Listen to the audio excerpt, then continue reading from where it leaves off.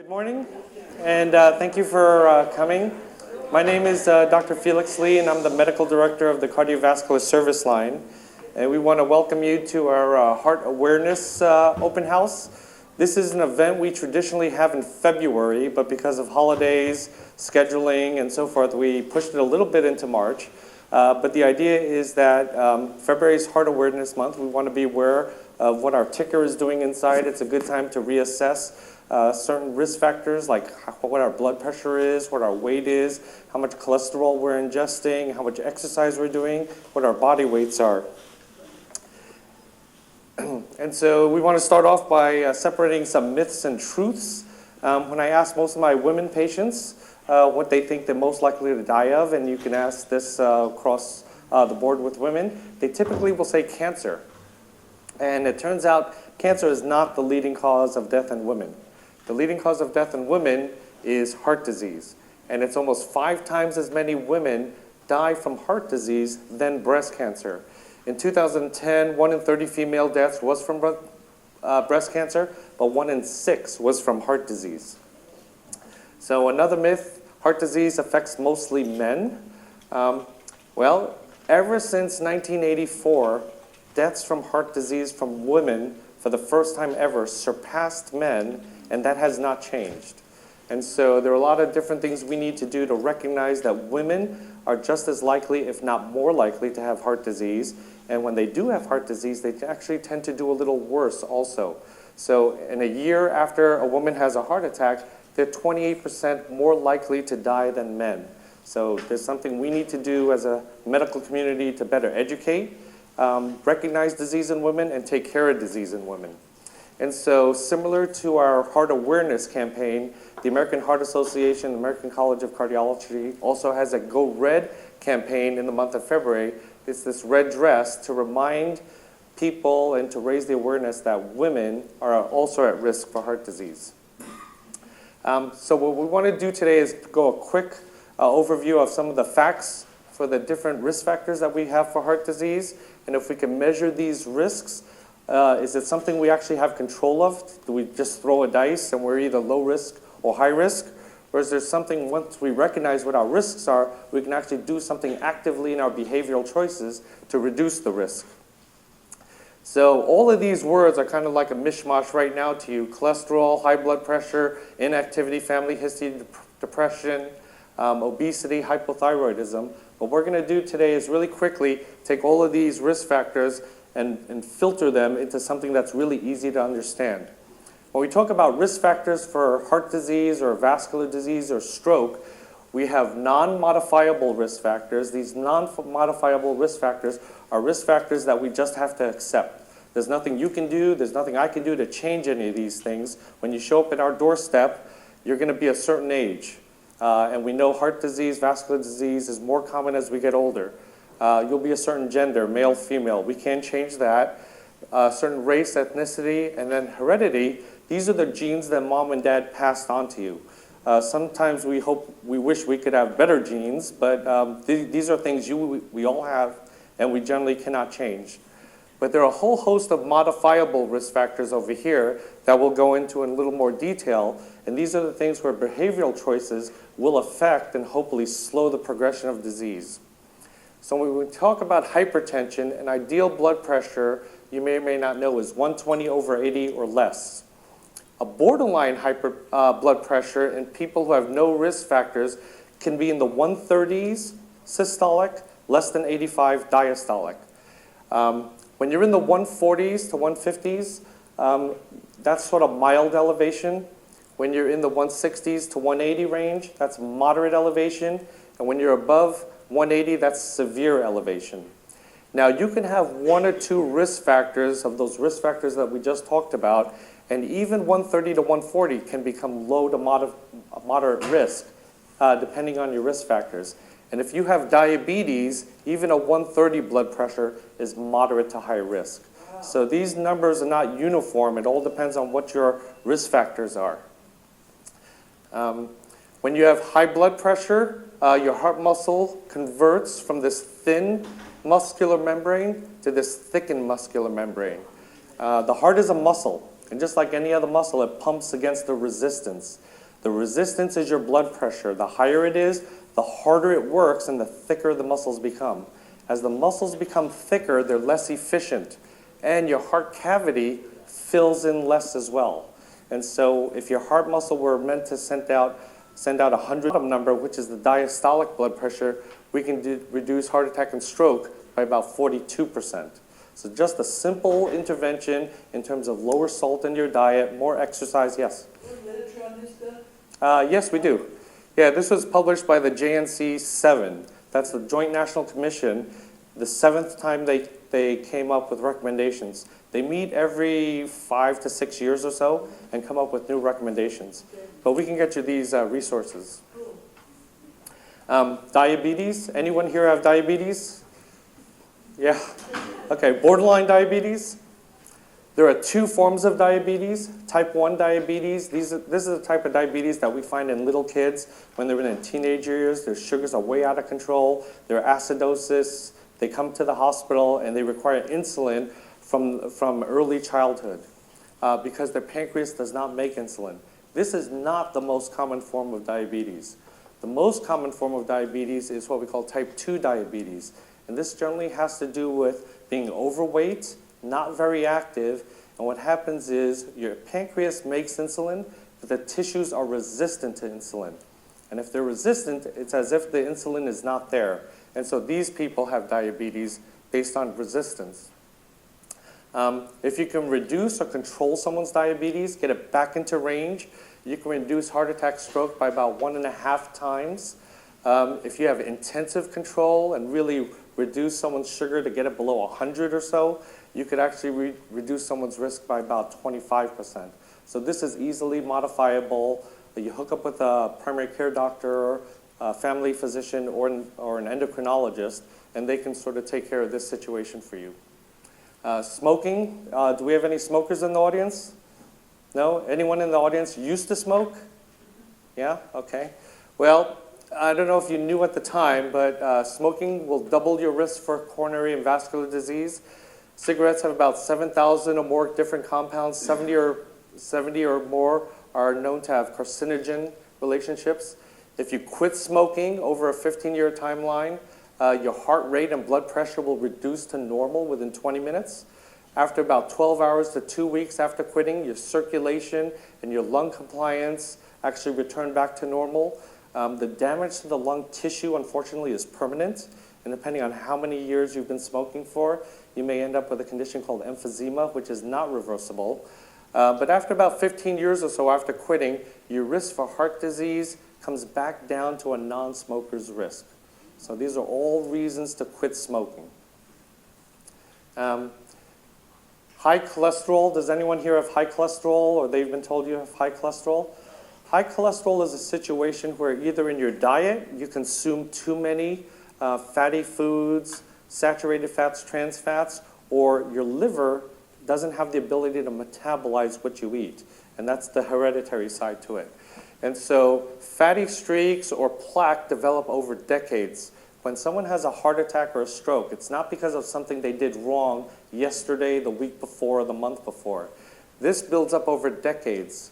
When teenagers die in motor vehicle accidents and they go to autopsy, they find the beginning of plaque even in their teenage years. So this occurs with that first Big Mac you ever consumed, and it just builds up over the years so that by age 60 or 70, this is the situation we're facing, either in the arteries to the head or neck, or to the heart, or to the legs. What do we do about high cholesterol? Well, we want to get it under control. And in the general population, we like to get the LDL, which is the biggest risk factor for vascular disease or progression. We would like to get that below 100. Now, in patients who already have vascular disease, stroke, or heart attack, we're even stricter with them. We want to get their LDL below 70. For the total cholesterol, we like it below 200. For the HDL, the good cholesterol, we generally like it above 40 for men, 45 for women. Heart-healthy diets usually means a balanced diet of about 6 ounces of grains, 2.5 cups of vegetables, more fruits, 2 cups, dairy, 3 cups, protein foods, 5.5 ounces. In terms of obesity and activity, we generally want to be like this guy up there on the screen, not the couch potato sitting here hoping he would be this guy. And we talk about something called body mass index. So does anyone here know your body mass index? So this is what statisticians and actuarial insurers use to figure out what your premium is going to be for your life insurance policy. They have data over decades that says for a certain height, this weight allows a person to live the longest. And so based on this, there's a calculation you can do. And the BMI that we generally would like to be in is it's 23.5 to about 24.9. That would be the idea. If you're over that, 25 to 29, you're overweight. And that goes on to obese 1, 2, and 3. And believe it or not, it's actually not a good thing to be underweight either. Underweight increases your risk of dying prematurely. So the ideal would be in here. And so depending on your height, there are all these tables that you can go to figure out based on height and weight where you should be. And this is something we could easily calculate for you either today or at one of our screening clinics that we set up.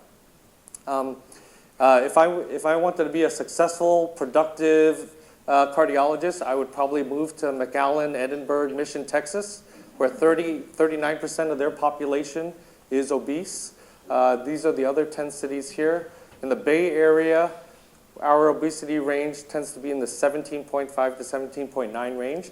So in some ways, I'm sort of preaching to the choir here. Just by being in the Bay Area, you're kind of protected.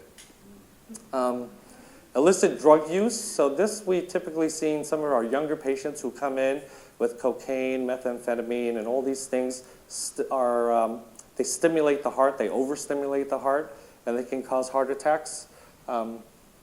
So we want to avoid those. Stress in the Bay Area may be a little hard to avoid, but it causes all sorts of damage to our immune system. We're more likely to get colds, headaches, hyperthyroidism, lung problems, heart problems, diabetes, becoming overweight, funny skin conditions, and irritable bowel. These are all signs of stress and what it does to our body. And so we have the negative things that we know we should avoid. There's hereditary things we know we can't control.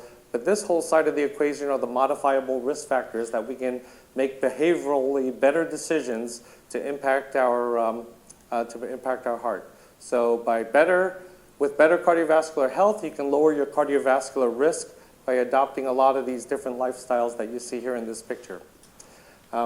So a questionnaire went out by the Cleveland Clinic just last year, and they wanted to know what things people knew off of the top of their heads.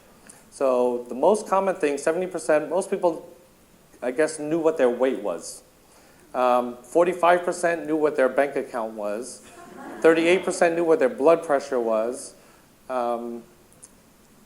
It's a little hard to read here. I think that's waist circumference, heart rate, body mass index, LDL, fasting glucose. Everything over here is what's going to contribute to adding years to your life. So we'd like to get all of these numbers up to at least your weight category, if not higher. And at one of these screening clinics at some point that we'll have for you, we can get you all this information. You can ask your primary care doctor for this information or ask your cardiologist. So thanks for coming to this segment. What we're going to do is we're going to split up. We have two more presentations, one by Dr. Matthew Levy regarding a new program we have for our structural heart and how to prevent stroke. One by Dr. Bilal Shafi, which is going to talk about new approaches, minimally invasive, through a catheter to replace a heart valve without cutting open someone's chest. We'll probably save the questions till the very end. Is that okay? Okay. So Matt, ready? One of the new programs that we started at Good Samaritan Hospital over the last year is something called the Watchman program. It's a device that we put in your heart to prevent strokes. It's really something that's been coming for a long time. It's pretty fascinating, the technology, and we're just going to go over here for a few minutes today, and we'll take some questions at the end. So I'm a cardiac electrophysiologist, so one of the things that I manage most commonly is atrial fibrillation. And atrial fibrillation is the most common cardiac arrhythmia. An arrhythmia is just an abnormal heart rhythm. Arrhythmias can be benign. People describe palpitations all the time. Arrhythmias can be life-threatening. Atrial fibrillation is one that's not life-threatening if you manage it appropriately. I think the thing that concerns most people about atrial fibrillation is that it dramatically increases your risk for stroke. So if you look, I don't know if you can see my laser pointer, 5 times greater risk of stroke with atrial fibrillation. For most people, that's pretty scary stuff. Anyone that's known someone that's had a stroke knows how devastating it is. The other interesting thing is that blood clots from a stroke tend to come from a very specific structure in the left atrium called the left atrial appendage, and I'll have some pictures for you later. The other interesting thing is that many patients are not protected. So people are walking around out there in the world that you see every day that have atrial fibrillation that either are not aware of it or they're aware of it, yet they're not protected from stroke. So the way we treat atrial fibrillation is we want to obviously make a diagnosis, and then we want to manage it. You know, we want to make it go away, we want to limit it, we want to control the heart rate. That kind of refers to the hemodynamic consequences of atrial fibrillation. But on this side, we're talking about, we want to present stroke. As a matter of fact, when I meet patients with atrial fibrillation, this is the first thing I talk about. And there's a variety of strategies. So one of the things that we have and have had for quite a long time is warfarin or Coumadin. Most people know what this drug is. It's an extremely common drug. Most physicians know what this drug is. And the problem with Coumadin, which I'll discuss in a moment, is it's difficult to regulate, and it interacts with a lot of other drugs and diet. There's newer drugs that people may be aware of that manage and prevent strokes without some of the problems of Coumadin. And then we have procedures that we can kind of eliminate the source of stroke. So this is kind of one of the consensus statements from 2014, excuse me. And we have these tools to help us understand who's at risk and who's not at risk. So there's a scoring system, and the scoring system that we currently use is called the CHADS-VASc scoring system. And each one of these letters represents a risk. So heart failure, age, previous stroke, diabetes, female sex, vascular disease. These are some of the components that make up this risk scoring system. And as the score goes up, your risk for stroke goes up. For example, if you have, yes ma'am? I have a question. What is the difference between Plavix and warfarin? Very big difference. So Plavix is an antiplatelet drug.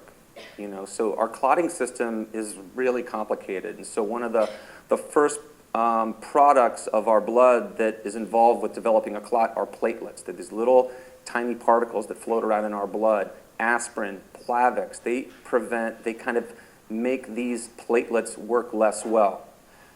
Coumadin, these are drugs, and some of the newer drugs, these are drugs that actually prevent the formation of the actual clot itself. So they tend to have higher bleeding risk than aspirin or Plavix. So, you're welcome. So we use this scoring system, and basically if you have 0 risk factors, you could be in atrial fibrillation 24/7, and the risk is so low that we actually don't recommend that you go on a blood thinner. People have a hard time getting their mind around that, but it's true. Remember, blood thinners have risk as well. Once you're at a CHADS-VASc 1, it's kind of a conversation. The risk is starting to increase, but it's not so much, and frequently it's a conversation between a patient and their physician. And then once you're a 2 or greater, the data is quite clear that the risk benefit is in favor of being on one of these blood thinners. The risk for stroke is greater than the risk for bleeding. So here's another interesting slide. So you would think the higher risk for stroke, the more you'd use your blood thinner. Well, that actually doesn't turn out to be the case. I mean, what we see is that as the risks increase, people actually use these blood thinners less, and that kind of doesn't make a lot of sense to people. But if you think about it, people who are older are more at risk for falls. They're sicker. They have more. So as physicians, consciously or unconsciously, we say, boy, I really don't want to put this nice person on a blood thinner. I'm scared they're going to fall. I'm scared they're going to have a bleeding complication. But the irony is that this is the actual person who benefits the most from these drugs.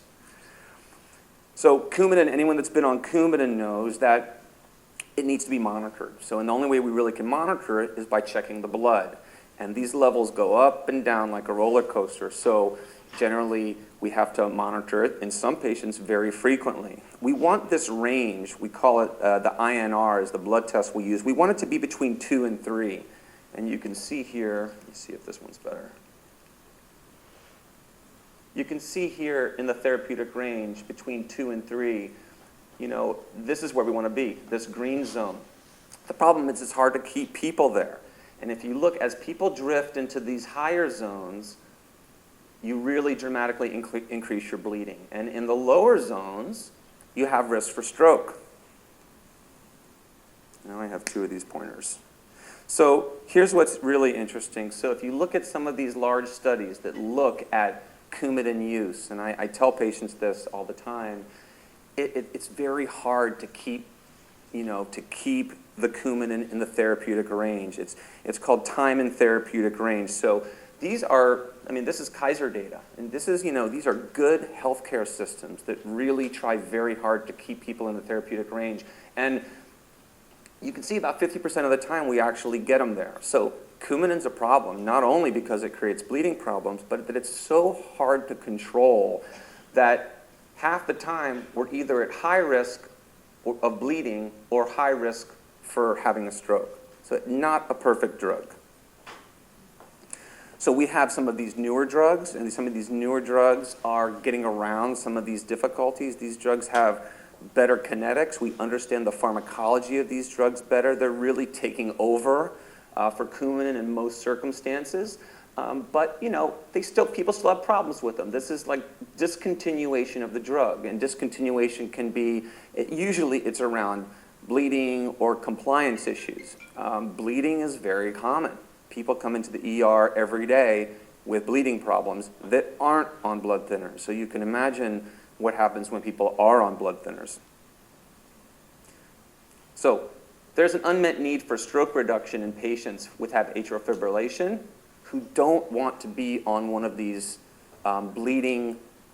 these agents that can increase the risk for bleeding. So now we get into some of the non-pharmacologic treatments of stroke prevention. So the left atrial appendage, that's what LAA stands for, and I'll show you a picture in a moment. We know that most of these strokes come from this blind pouch in the left atrium. I think it's a vestigial organ. There's more and more data about what the left atrial appendage does, but it's essentially a blind pouch. So when you're in atrial fibrillation, your heart's quivering.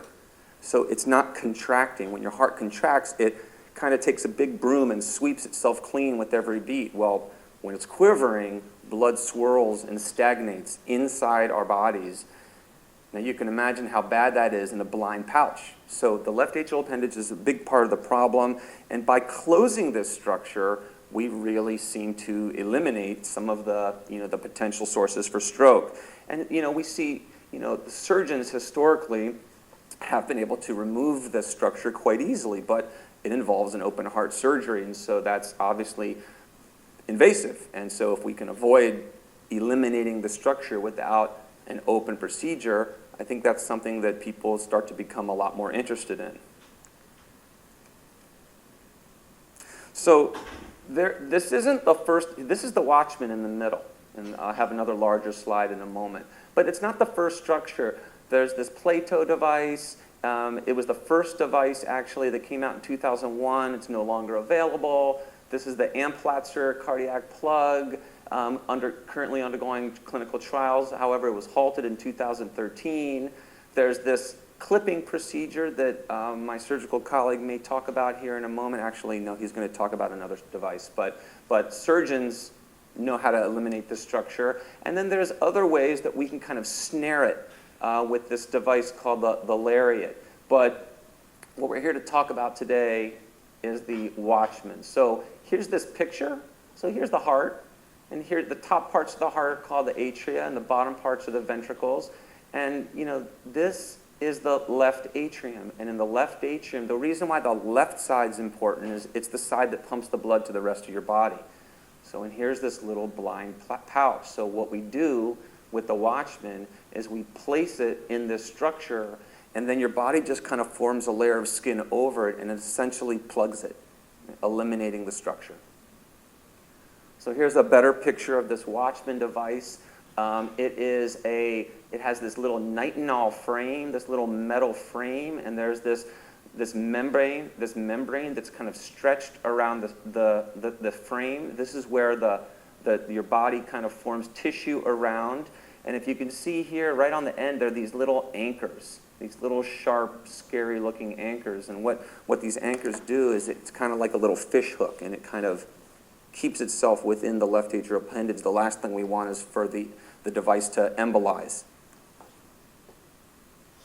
So basically what we do with this device is it's a one-time implant procedure. It's performed in a cath lab or an EP lab. It's typically performed by a heart team. Frequently this team involves surgeons, electrophysiologists, interventional cardiologists, and we poke a hole in the leg, which is how we access the heart. Typically you get a general anesthetic, and it takes about 1 hour. And so I guess a little video to show you about it, because I think the video is very illustrative. So this is what the device looks like. So it's delivered through a sheath. So when you pull the sheath back, the device kind of pops open and opens up. So you come to the cath lab. Again, like I said, a small poke in the right femoral, usually the right femoral vein, and the catheter goes up into your heart, all the way up, and people always are surprised that this is so easy to do, but it actually is quite easy. And then what we do from the vein side of our body goes to the right side of our heart. So we have to poke a hole from the right side to the left side. You see here this cartoon of the left atrial appendage. So the device comes up into the right side of the heart, and we do something called a transeptal puncture, which is something in electrophysiology we do frequently. And there's a little hole that divides the left and the right side of the atria. So we poke a hole across, and we put a wire. This is one of the pulmonary veins. We do this procedure this way just to make sure we don't injure any of the heart structures. And we have this little circular device. And here's the appendage down here. It comes in all kinds of funny shapes. We name it chicken wing and broccoli and all kinds of, but they do have some implications in terms of how easy or difficult this procedure is. So we put the pigtail catheter into the left atrial appendage to make sure we're directing it into the right structure and the right orientation. The catheter has these markers on it that give us a lot of very good information about how deep we are in the structure. We really want to kind of seal it off right at the base. If the device is too deep, you can poke a hole through the back side of it. We don't want to do that, and you can develop clot in the mouth of the appendage. So we really want it to be appropriately sized. Once we position the catheter appropriately, we deploy the device. So this is the sheath comes out. This is the actual device. You see the little feet here of the device. And then we pull back the catheter, and it opens up. And it kind of positions itself. We want it to be in a nice, stable location, so we give it a little tug, make sure it's not going to dislodge. We use, again, contrast to make sure it's got a really nice seal. And then we unscrew. It's connected via this little screw, and we just unscrew it. And then it's there to stay. And then over time, our body, it's a foreign object, our body just kind of epithelializes the device, and it forms a nice layer of skin. So when we go back and we look at this with echocardiogram, you can't even see it. It just looks like the way God made you with a nice layer of skin. So this is kind of what we're doing here at Good Sam. The program's fairly new. To date, we've done 11 cases. And our team is getting more and more experience. The team includes myself, Dr. Dwayne Coggins, Dr. Amin Manucheri, and we're kind of, we're looking for appropriate patients. So these are patients that have high risk for stroke. So again, this CHA2DS2-VASc score needs to be, we wouldn't want to put this device in someone with a low risk for stroke. And there needs to be an appropriate rationale to seek a non-pharmacologic advantage. So for example, someone that has continued GI bleeding, someone that's had a hemorrhagic stroke, someone, there needs, at this time, at this date, we need a reason that we really can't put someone on one of these blood thinners. Now, down the road, is it possible that we won't necessarily have to adhere to that strict criteria? Possible, but currently, that's what we need. So we need someone who's high risk for stroke and high risk for bleeding. And again, I think I'll pass on some of the device and clinical studies and results, but it's actually, just to kind of give you a sense of it, this is something, quite a few number of patients enrolled, randomized, and at this point, we have, I'm just going to fast forward here, we have 5 years worth of data. And you can see that here's the Watchman versus Coumadin, and it's basically equally effective to Coumadin, but what you see here is, that you have less hemorrhagic strokes, less major bleeding. So you're getting the benefit of stroke prevention without all the risks of bleeding that come with it. So that's the portion of my presentation. Yes, ma'am? What's the risk of inflammation in the Watchman? So it's a good question. This device has these little sharp, little hooks, and so one of the complications potentially is poking a hole in the heart. It's rare, but it does happen. Most of the time, just by simply deploying the device, people have no symptoms whatsoever. I mean, the only time you would have inflammation that would create an issue is if you poked a small hole in the heart. It's possible. It is one of the risks of the procedure. Yes, ma'am? What's the recovery versus open heart? Well, so this is a procedure that's done through a small access site in the leg, so it's quite a bit easier on the body than open heart surgery. But for some patients, open heart surgery is the most appropriate approach for one reason or another. People that need valve surgery, people that need bypass surgery, and there's all kinds of additional kind of combined hybrid procedures between surgeons and cardiologists that are kind of on the horizon. But I think most people would concede that that open heart surgery, you're going to be in the hospital for a couple days, a minimum. With a percutaneous procedure, you leave typically the next day.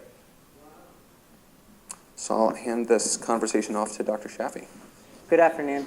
Thank you for coming out and listening us to talk a little bit about heart disease. Felix mentioned, Dr. Lee mentioned earlier that the focus of this afternoon's talk is about structural heart disease. Historically, structural heart disease has been the purview of surgeons. I'm a cardiac surgeon, but I think with all these recent technologies, and we're going to talk about one of them, one of the things that we're starting to see is we're starting to see a lot of blurring of lines between cardiologist and surgeon and medical doctors and surgeons. And the key here is to recognize that when we see a patient, we don't see a patient as a surgeon or as a cardiologist. We see a patient as a team of people or heart doctors that basically are coming up with what's the best solution to treat you or to treat the disease that you have. Dr. Lee went over great ways to prevent those diseases from happening. But now we're talking about once you have the disease, what do we do? So one of the things that I'm going to talk to you about is a disease called aortic stenosis. It's a pretty common disease. And it's a disease that has traditionally been treated with surgery. But now we have better options available for patients that are at high risk or more than low risk for open surgical treatments. So I'm going to talk to you a little bit about the disease, and that's aortic stenosis. It's a fairly common disease. In the U.S. alone, we have about 1.6 million people that actually have aortic stenosis. If you look at the number,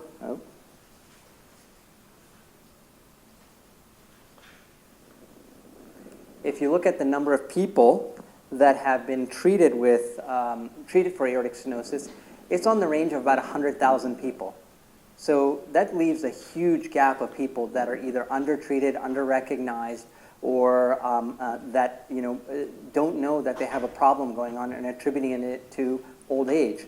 And one of the most common things that we actually see from patients is they actually have critical aortic stenosis, but because they're getting older, they're like, well, I'm slowing down because I'm getting older.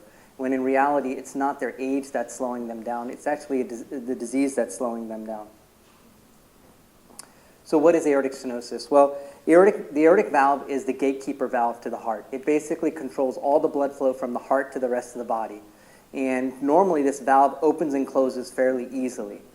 In patients that have diseased valve, the valve becomes, over time, calcified because either you were born with an abnormal valve or you're old enough and enough calcium has deposited itself on the valve. And it makes the valve, this is a tri-leaflet valve or three-leaflet valve, it prevents the valve from opening and closing enough to allow blood to flow out of the heart. And when that happens, you start developing the symptoms of aortic stenosis. The key ones are you get short of breath when you walk up a flight of stairs. You get chest pain when you're taking a walk down the street. You're tired all the time, falling asleep, fatigued. You can't exercise anymore. And when it gets into the later stages, you get swollen ankles and feet. And sometimes you develop an irregular heartbeat.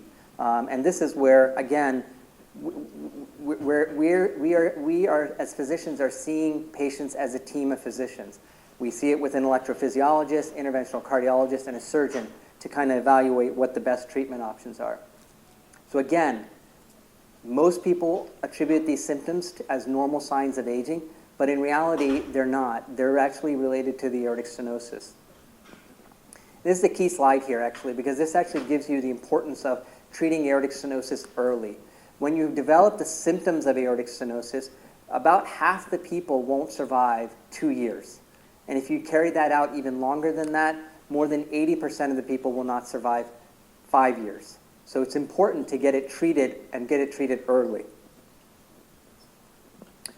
The 5-year survival from people with aortic stenosis is a lot worse than a lot of the cancers. You can see all the cancers out here. Prostate cancer having lung cancer having the worst case survival, but worst 5-year survival, and aortic stenosis has even the worst survival compared to those cancers. So, like I said, timely intervention is key.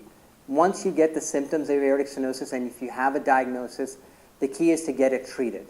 And ultimately, at the end of the day, I always tell my patients this is a plumbing problem. You got a faulty valve that doesn't open and close, and the only way you can get rid of that faulty valve is to replace it.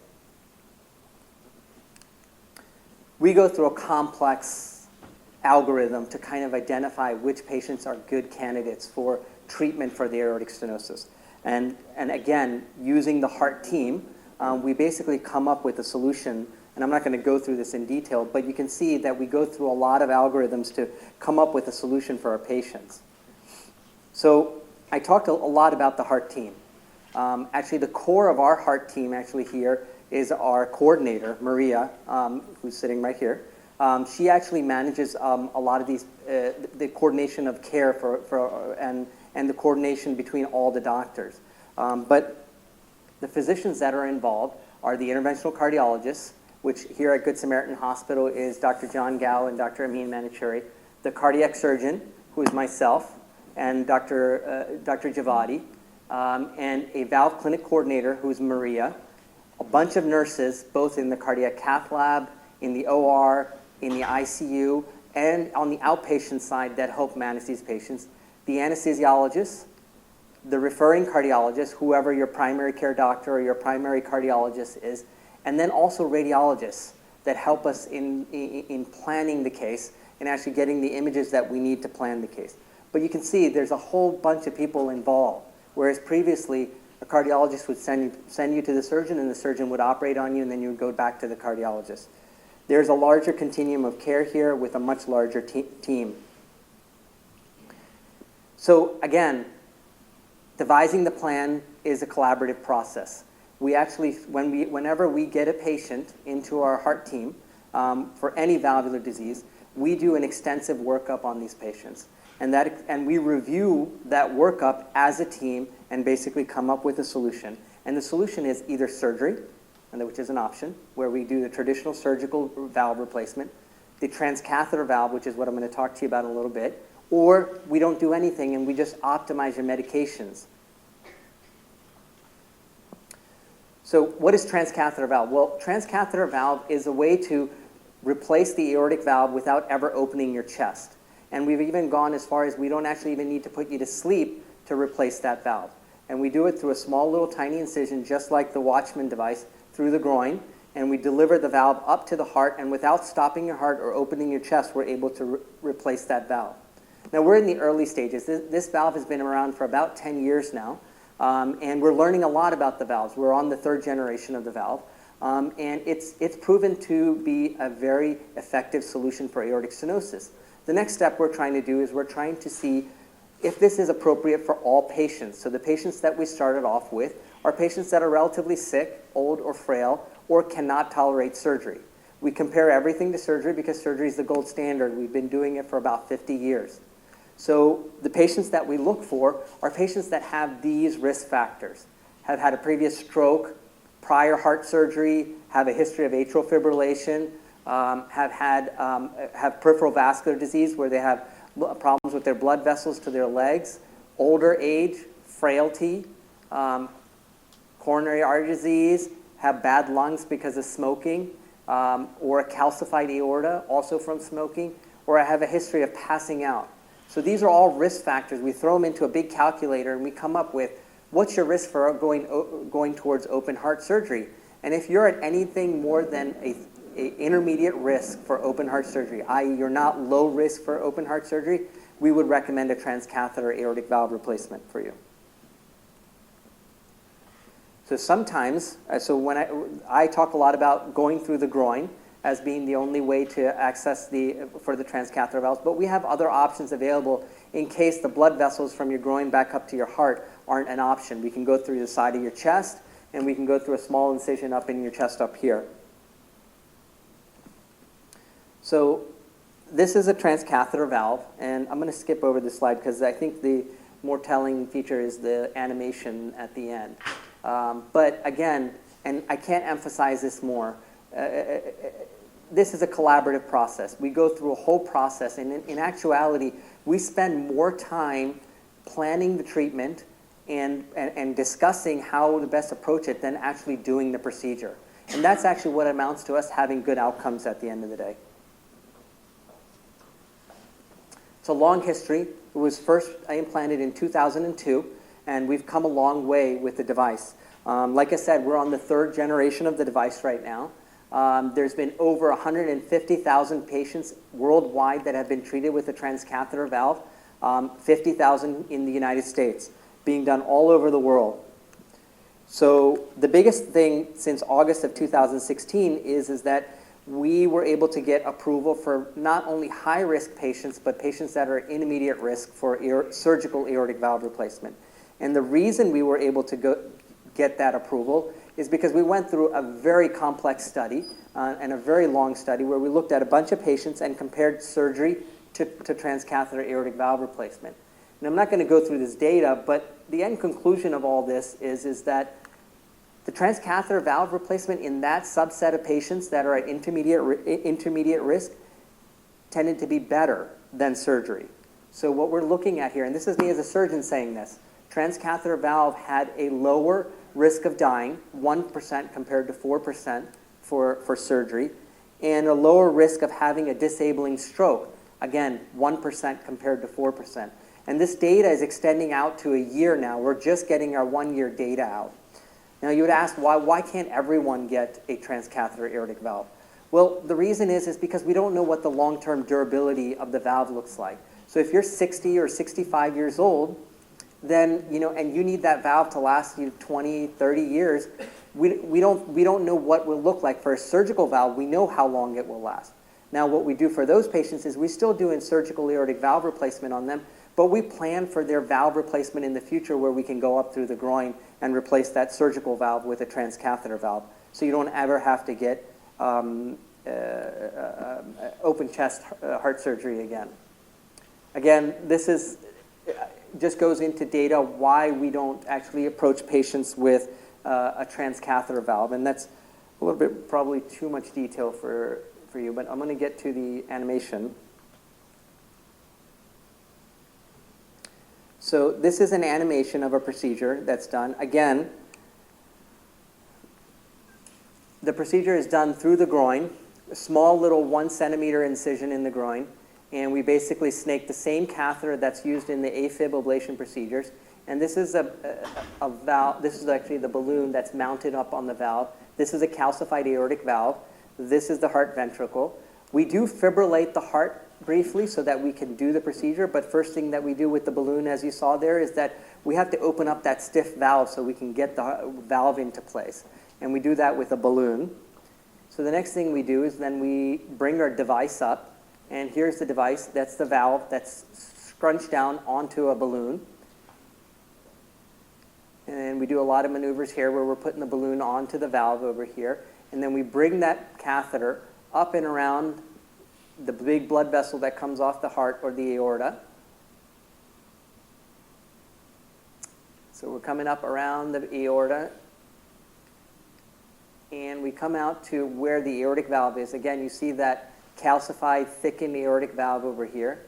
And this delivery system is designed, and this is a lot different than the delivery systems when we had with the first generation device. It's designed to be able to curve and bend around that arch so we can minimize the stroke risk.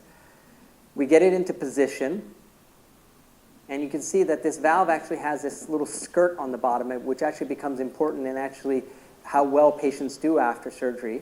Once we get it into the right position, we can adjust it forward and backward. Again, the heart is beating, patient is awake, meaning not under general anesthesia. And then we fibrillate the heart and we blow up the valve into position. It takes all of like 10 seconds to do this. And then the valve starts working right away.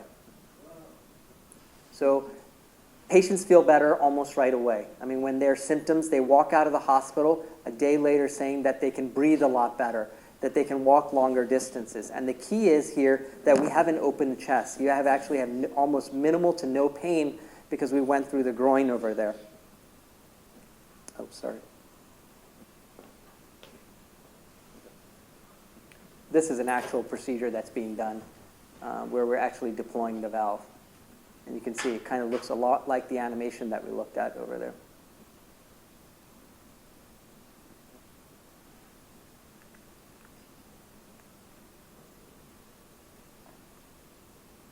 I think this was a procedure we did at Good Samaritan Hospital. So again, we have a strong team here. We've been doing this for about 3 months at Good Samaritan Hospital now. We've done over 10 patients. All have been gone successfully. Most patients go home in about 24 to 48 hours. And you know, it's a lot different compared to surgery where people are in the hospital for anywhere from 5 to 7 days. And then instead of having a 3-month recovery, you have probably a week of recovery time and back to normal routine activities. Yeah. Dr. Shafi, you want to take that? The question is, what's the durability or how many years can you get after a transaortic valve compared to traditional surgery? Yeah, so traditionally, surgical aortic valves have, it's a complicated question because surgical, depending on how old you are when you get the valve put in, the valves tend to last different times. But if the younger you are, the shorter the time period the valve lasts. The older you are, they tend to last longer. So if you're 65 and older, the valves last on average from 15 to 20 years. Whereas if you're younger than 65, it's anywhere from 8 to 12 years that the valve will last you. The transcatheter valve, we don't have data long enough to kind of make that assessment. We assume that they're going to last just as long as the surgical valve, but until we prove that, we can't really definitively say. The data that we have in the longest term patients has been about 5 years, and that's a very small subset of patients because if you remember when I mentioned earlier, when we first started doing these valves, we only did it in the sickest and the oldest patients. So a lot of those patients didn't live, the valves outlived the patients, right? So right now we're actually doing it in younger patients and patients that aren't as sick. So we're going to learn a lot more, and I suspect this will probably become the standard of care because they will mimic the surgical valves in terms of how long they last. If you have to replace it in 7 or 8 or 10 years, how complicated is that? So surgically, we do reoperative heart surgery all the time, but now, because of this transcatheter valve, we can go inside the valve and put another valve inside of there and replace it without opening your chest. And the same thing goes with transcatheter valve. So this is the whole idea. We don't think about, when we first operate on you or we first do the procedure, the transcatheter procedure on you, we're always thinking about what is it going to look like 10 years from now when you may need another valve replacement done. We kind of plan for that. And that's the appropriate way to approach the problem. And again, that gives us the benefit of having a heart team available that if we're going to put this in a 65-year-old patient, then we got to think about, well, in 10 years they're going to need another valve. Are we going to have enough room in there to put another valve in? Now, if we ever need to surgically operate and go in and take the valve out, it's not a problem. It's something that we do all the time. Another question? Presently, Medicare covers open heart surgery, but I'm not sure whether Medicare covers less invasive techniques like the Watchman and the TAVR. And if they don't, is that the reason why there's less popularity with it? What's the cost involved for the patient? So Medicare makes their decisions based on FDA approval. So if it's an FDA-approved device, then we tend to get approval from CMS, which is Medicare, to get those procedures paid for. For transcatheter valve, and I'll leave the Watchman to you, but for transcatheter valves, if you're a high risk or intermediate risk for a surgical AVR, Medicare pays for it.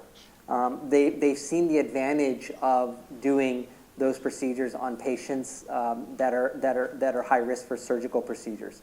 But if you're low risk, you're right. Right now, there is no, Medicare won't pay for that. So that's the burden is on us to show that you're either low risk, high risk, or intermediate risk. And we do take that into consideration when we're recommending valves to you guys. And the Watchman's very similar. And one of the interesting things, and Dr. Chappie discussed it during his talk, is that, I think Medicare wants to see a team-based approach. They don't want one person making these decisions. So it's actually mandated for a lot of these newer structural heart programs that if there is a team-based approach that's formalized, that multiple people sign off on the indications that it's appropriate, and the Watchman's the same way. So if, for example, you don't have a contraindication to being on Coumadin or one of the newer agents, that's not an appropriate patient to put the Watchman in, and it would not be approved. So if we have a team-based approach and we follow the current guidelines, we haven't had a problem getting the device approved.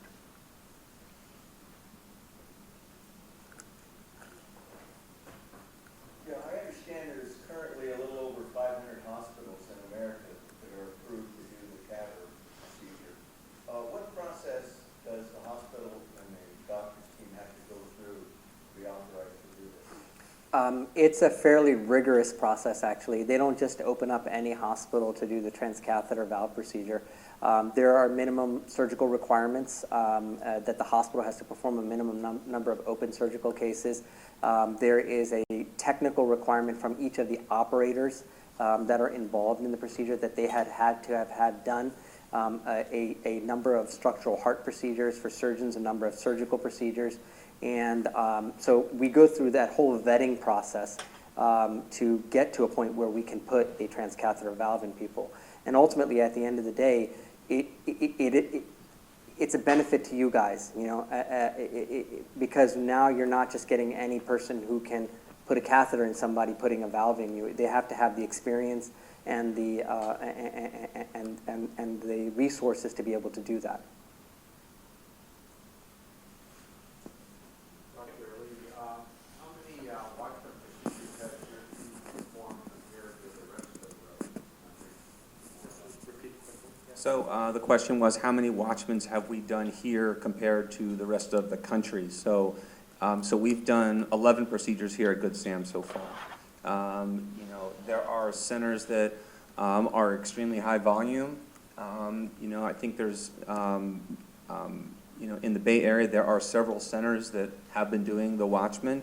But, again, because of the strictness of the criteria, it's not like these devices can go into anybody. So some of the programs that have started before us have slightly larger numbers. But, similar in terms of, some of my colleagues in Mountain View and Stanford and UCSF, it's more, I think, of a function of some of these programs started several months prior to our program.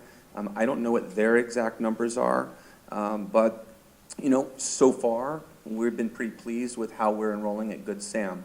It's just the kind of thing that the more of it you do, the better the outcomes, the greater the volume, and most programs grow in that way. Yes, sir. Yeah, since the interventionalist is the one primarily for the TAVR procedure, is the surgeon present primarily if it's not done successfully, that then the surgeon would do open heart surgery to replace that valve?